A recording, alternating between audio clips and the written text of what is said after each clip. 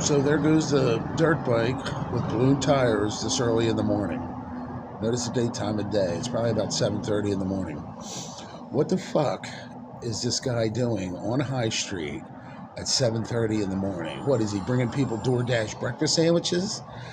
I'm telling you, this guy has ties to Scott Ohm, the drug maker and distributor in Pottstown of methamphetamine. He has ties to Wade Wilkinson. He has ties to Sandy Gill. All these people that are slummy in this town that are doing drugs and all the dirt they do, the prostitution, the drug distribution, all that.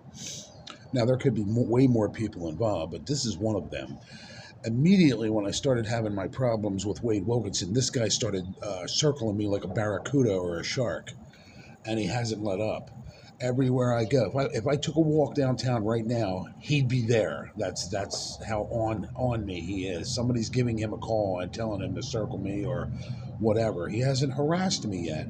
He came up to me and asked me for a light at the corner of Evans and High Street, right near Redner's, which I gave him. I brought him over. I was already smoking a cigar, which I'm doing now, and I gave him the end of the cigar to light a cigarette with.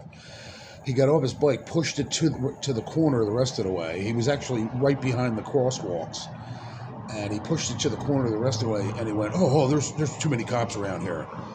And I can't see. I looked around and I couldn't see any cops, whatever he was talking about. But it seemed like he was up to something, like he wanted to do something, like punch me or threaten me or do something. And because that's the way he said it, it came out. You could tell when somebody's being sarcastic, or you could tell when their tone of voice. So it's the way he said it. I can't do nothing. There's too many cops around. That's what it sounded like. He was more talking to himself or whatever he was doing, talking on his phone.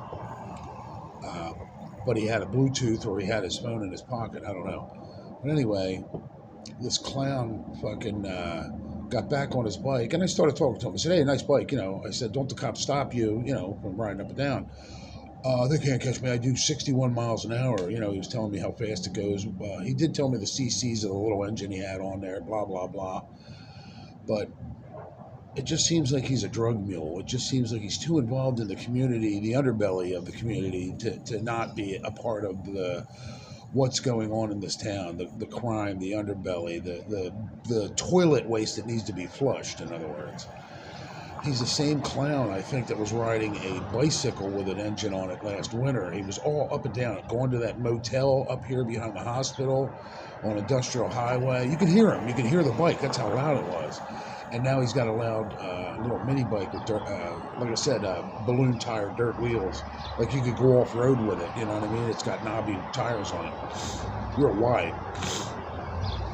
So I don't know what this clown's up to, but he keeps circling me. Last night it looked like he brought somebody here to show them my cameras. They know I have a security system. They know I film.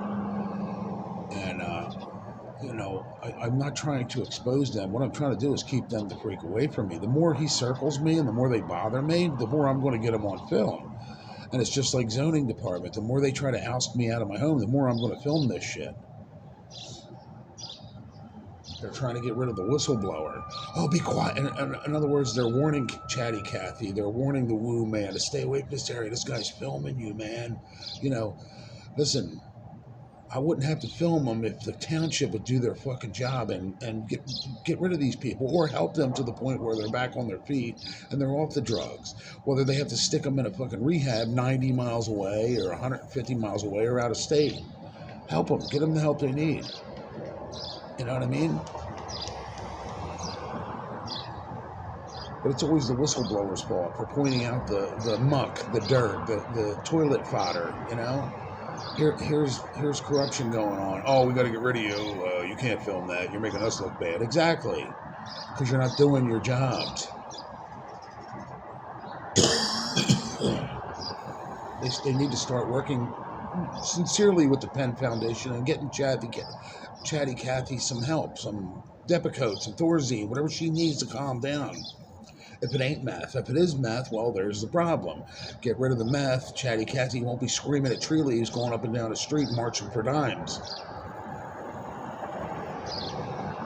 And likewise, you won't have a DoorDash and meth drop-off guy on a dirt bike dropping off meth all hours of the night and day. Now it's 7 o'clock in the morning. What is this guy even doing up this early? He doesn't work. He's up and down the street on his dirt bike all day. He's got to pay for that gas somehow. I wonder how he's paying for it. Oh, I know. He's a drug mule. I mean, it's not hard to figure out. A cop could do it if they were actually doing their jobs. Well, good morning, Pottstown. There's your little highlight for the day. The mini bike guy is at it again.